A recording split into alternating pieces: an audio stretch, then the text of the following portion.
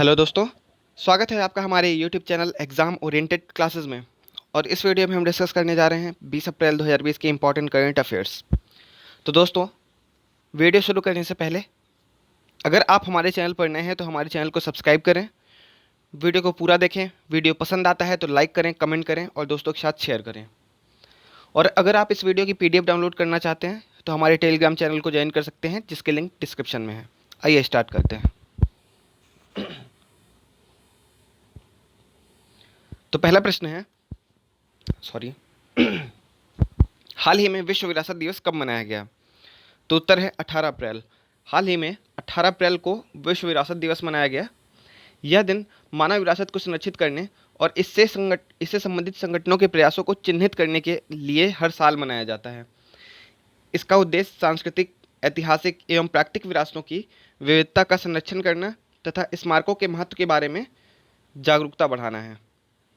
अब बात करते हैं इस वर्ष जो थीम थी। तो थीम क्या थी?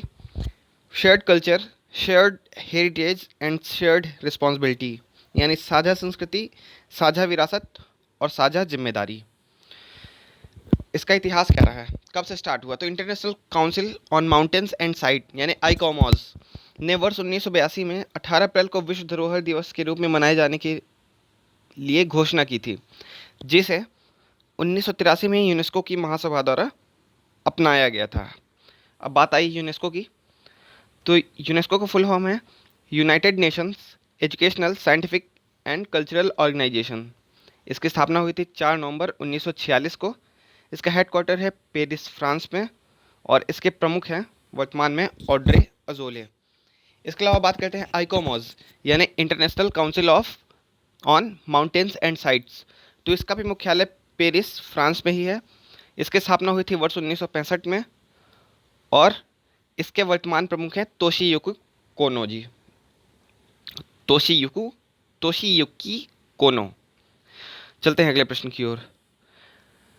तो 18 अप्रैल 2020 को केंद्रीय संस्कृति मंत्री स्वतंत्र प्रभार हैं जो कि प्रहलाद सिंह पटेल ने नई दिल्ली में अमूर्त सांस्कृतिक विरासत की राष्ट्रीय सूची जारी की। इनमें से कितने को यूनेस्को द्वारा मानवता की अमूर्त सांस्कृतिक विरासत के रूप में मान्यता प्रदान की गई है? तो उत्तर है 13। तो 18 अप्रैल 2020 को केंद्रीय संस्कृति मंत्री प्रहलाद पटेल जी ने जो अमूर्त सांस्कृतिक विरासत की राष्ट्रीय सूची जारी की, उनमें से 13 को यूनेस्को द्वारा मानवता की अमूर्त सांस्कृतिक विरासत के रूप में मान्यता दी गई है। इस सूची का लक्ष्य क्या है? तो इस सूची का लक्ष्य है भारत के विभिन्न राज्यों की अमूर्त सांस्कृतिक विरासत परंपराओं के बारे में जागरूकता फैलाना। इस सूची को मुख्य रूप से 5 क्षेत्र में वर्गीकृत किया गया है, मतलब 5 क्षेत्रों की चीज़ें शामिल है इसमें। तो कौन कौन सी हैं? तो भाषा सहित मौखिक परंपराएं और अभिव्यक्तियां, इसके अलावा प्रदर्शन कलाएं, सामाजिक प्रथाएं, रीति रिवाज और उत्सव घटनाक्रम, प्रकृति और विश्व से संबंधित ज्ञान एवं प्रथाएं और पारंपरिक शिल्पकारिता। तो ये 5 क्षेत्र की चीज़ें शामिल हैं इसमें। चलते हैं अगले प्रश्न की ओर। हाल ही में किस कंपनी ने ब्रिटेन की iconic sporting motorcycle company Norton का अधिग्रहण किया है? तो उत्तर है टीवीएस मोटर्स कंपनी लिमिटेड। तो आपको पता है टीवीएस ने हाल ही में ब्रिटेन की एक स्पोर्टिंग मोटरसाइकिल कंपनी जो है नॉर्टन, उसका अधिग्रहण कर लिया है। और इसके लिए कितनी राशि उसे देनी पड़ी? तो 16 मिलियन पाउंड या 153 करोड़ डॉलर रुपए टीवीएस ने नॉर्टन को दिए और उसका अधिग्रहण किया। अब बात करते हैं टीवीएस मोटर्स के बारे में। तो यह भारत की तीसरी सबसे बड़ी मोटरसाइकिल निर्माता कंपनी है। इसकी स्थापना हुई थी वर्ष 1978 में। इसके संस्थापक थे तिरुकुरुंगदी वेंगाराम और सुंदरम इयंगर। इन्हीं के नाम पर टीवीएस मोटर्स का नाम टीवीएस पड़ा। इसका मुख्यालय है तमिलनाडु में और इसके वर्तमान सीएमडी हैं वेणुगोपाल श्रीनिवासन। अब बात आई है ब्रिटेन की। अच्छा, इसके अलावा हम नॉर्टन की बात करते हैं। तो नॉर्टन इंग्लैंड की एक कंपनी है, स्पेशली स्पोर्टिंग मोटरसाइकिल डिज़ाइन करती है। इसकी स्थापना हुई थी 1898 में, यानी लगभग 122 वर्ष पुरानी कंपनी है और इसके संस्थापक थे जेम्स लैंसडाउन नॉर्टन।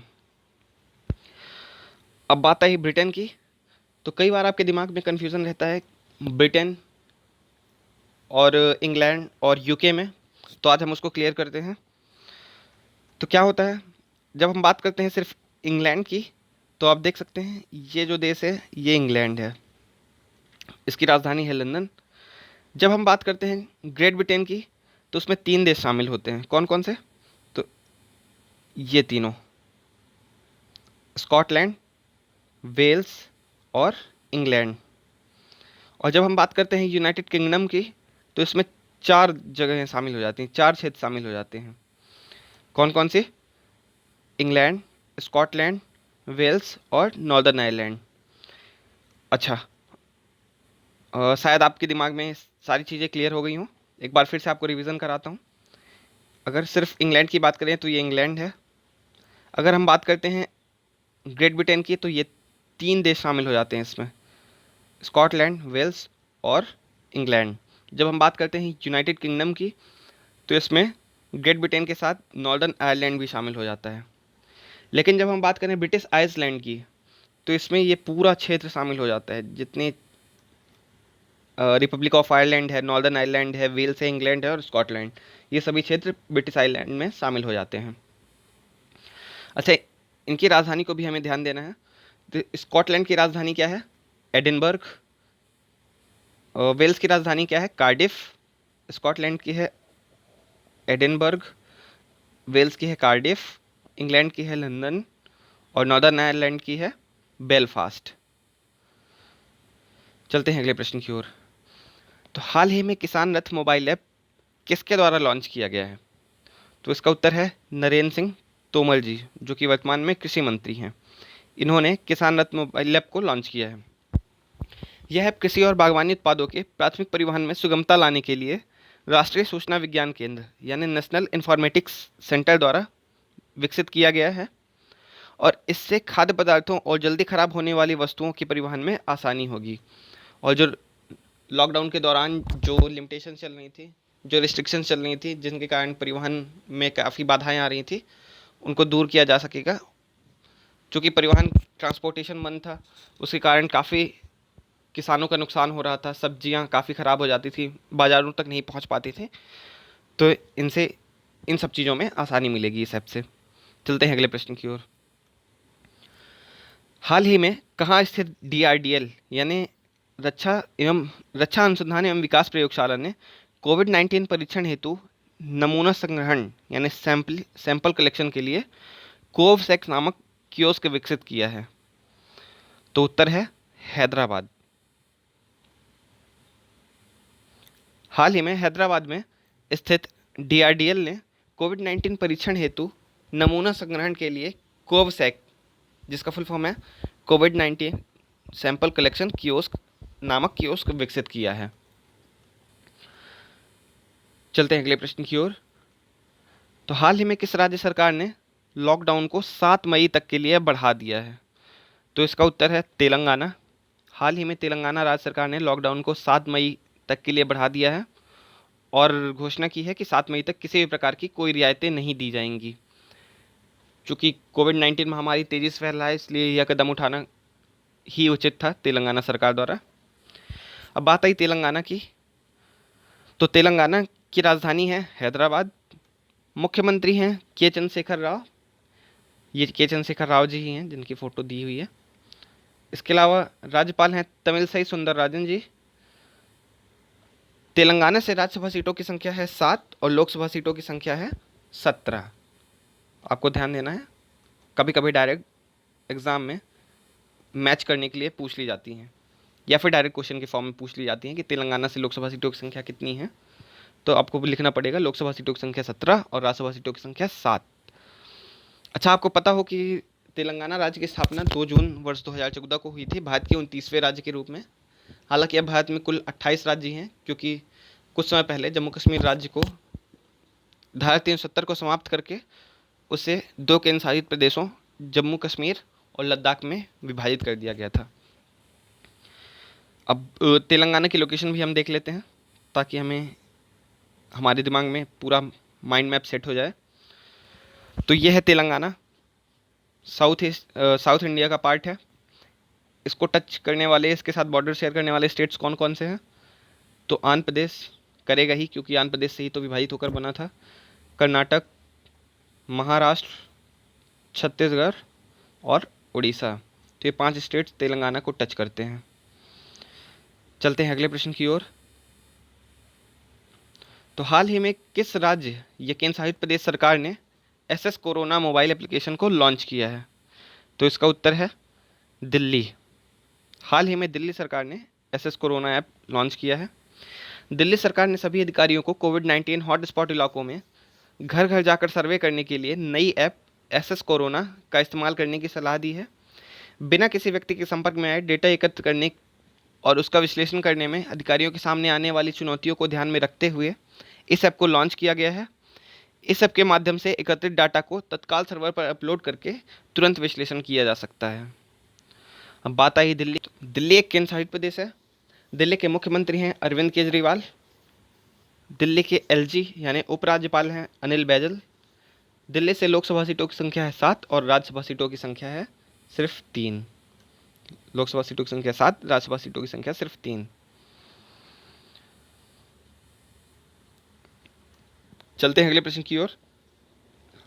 अप्रैल 2020 में आईएमएफ द्वारा भारत की जीडीपी विकास दर कितने प्रतिशत रहने का अनुमान लगाया गया है? तो उत्तर है 1.9%। अप्रैल 2020 में आईएमएफ ने अपने जो उसका अनुमान था भारत की जीडीपी विकास दर के लिए उसको रिवाइज किया है और अब 1.9% तक रहने का अनुमान लगाया है। इसके अलावा विश्व के सभी देशों और सभी क्षेत्रों के बारे में विश्व ने फोरकास्ट किया है। कुछ की हम बात करते हैं जो महत्वपूर्ण देश हैं। जैसे इंडिया हो गया, तो इसकी 2020-21 के लिए विकास दर होगी 1.9%, ऐसा अनुमान लगाया गया है। चाइना के लिए लगाया गया है 1.2% का। यूनाइटेड स्टेट्स के लिए यानी अमेरिका के लिए लगाया गया है -5.9% का। तो इस तरह से आप इस लिस्ट से लगभग सारे देशों की, प्रमुख देशों की लिए जो अनुमान लगाया गया है उसे देख सकते हैं। अब बात आई आईएमएफ की। तो आईएमएफ की स्थापना हुई थी वर्ष 1945 में। इसका मुख्यालय है वाशिंगटन डीसी यूएसए में। आईएमएफ के सदस्य देशों की संख्या है 189। वर्ल्ड बैंक में भी 189 सदस्य देश हैं। और इसका सबसे नया सदस्य है नौरू। क्या है? नौरू।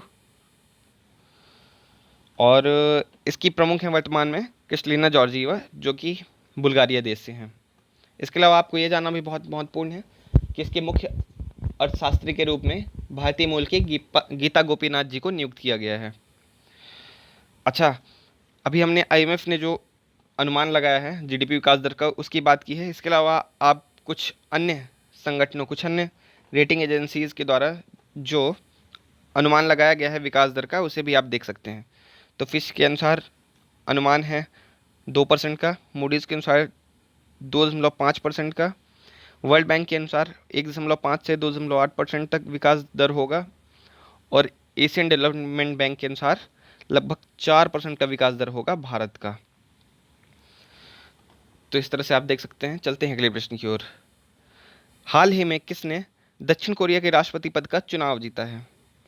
तो आपके दिमाग में आ रहा होगा ये अचानक चुनाव कैसे हो गए हैं। कोविड-19 महामारी के चलते जहां देश और पूरे विश्व में आपात जैसी परिस्थितियां बनी हुई है, उसी बीच दक्षिण कोरिया इस महामारी के दौरान चुनाव कराने वाला विश्व का पहला देश बन गया है। और दक्षिण कोरिया के डेमोक्रेटिक पार्टी के नेता मून जे इन ने 300 में से 163 सीटों में विजय प्राप्त करके राष्ट्रपति पद का चुनाव फिर से जीत लिया है। अब बात आई है दक्षिण कोरिया की। तो दक्षिण कोरिया की राजधानी है सियोल, मुद्रा है दक्षिण कोरियाई वॉन। और राष्ट्रपति की बात की हमने, तो ये मून जे इन हम बात कर चुके हैं। चलते हैं अगले प्रश्न की ओर। हाल ही में बीएसएनएल ने किस बैंक के साथ मिलकर नया डिजिटल पेमेंट प्लेटफॉर्म लॉन्च किया है? तो उत्तर है स्टेट बैंक ऑफ इंडिया। हाल ही में बीएसएनएल ने स्टेट बैंक ऑफ इंडिया के साथ मिलकर नया डिजिटल पेमेंट प्लेटफॉर्म भारत इंस्टापे के नाम से लॉन्च किया है। अब बात आई है बीएसएनएल की। तो हमने कल भी डिस्कस किया था। बीएसएनएल का फुल फॉर्म है भारत संचार निगम लिमिटेड। यह भारतीय सरकार के अधीन एक कंपनी है। इसका हेडक्वार्टर है दिल्ली में और इसके प्रमुख हैं पीके पुरवार यानी प्रवीण कुमार पुरवार जी। इसके अलावा बात करते हैं एसबीआई की। तो स्टेट बैंक ऑफ इंडिया की स्थापना हुई थी 1 जुलाई 1955 में। इसका मुख्यालय है मुंबई में और इसके प्रमुख हैं रजनीश कुमार जी। तो दोस्तों, वीडियो देखने के लिए आपका बहुत बहुत धन्यवाद। आपने देखा कि हमने लगभग 10 प्रश्न ही डिस्कस किए हैं आज, और इसमें से जो आज के करंट अफेयर्स थे और जो इम्पोर्टेंट से हम सिर्फ वही डिस्कस किए, क्योंकि किसी भी एग्ज़ाम को क्वालिफाई करने के लिए ये ज़रूरी होता है जानना कि क्या नहीं पढ़ना है, बजाय कि ये कि क्या पढ़ना है। तो जो चीज़ें नहीं पढ़नी थी वो हमने ऑलरेडी स्किप कर दिया है। अगर आज के करंट अफेयर्स में से क्वेश्चन पूछे गए तो वो यहीं से पूछे जाएंगे। तो दोस्तों, धन्यवाद।